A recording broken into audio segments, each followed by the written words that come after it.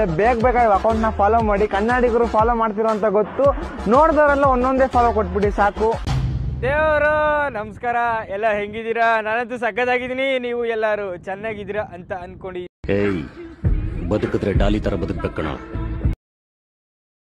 ಮಣ್ಣಾಗ್ಲಿ ಯಾವ ಸರಿ ಅನ್ಕೊಂಡಿದ್ದನ್ನ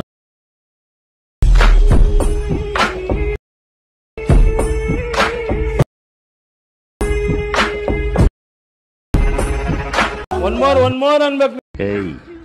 ಬದುಕಿದ್ರೆ ಡಾಲಿ ತರ ಬದುಕಬೇಕಣ, ಮಣ್ಣಾಗ್ಲಿ ಯಾವ ಸರಿ ಅನ್ಕೊಂಡಿದ್ದನ್ನ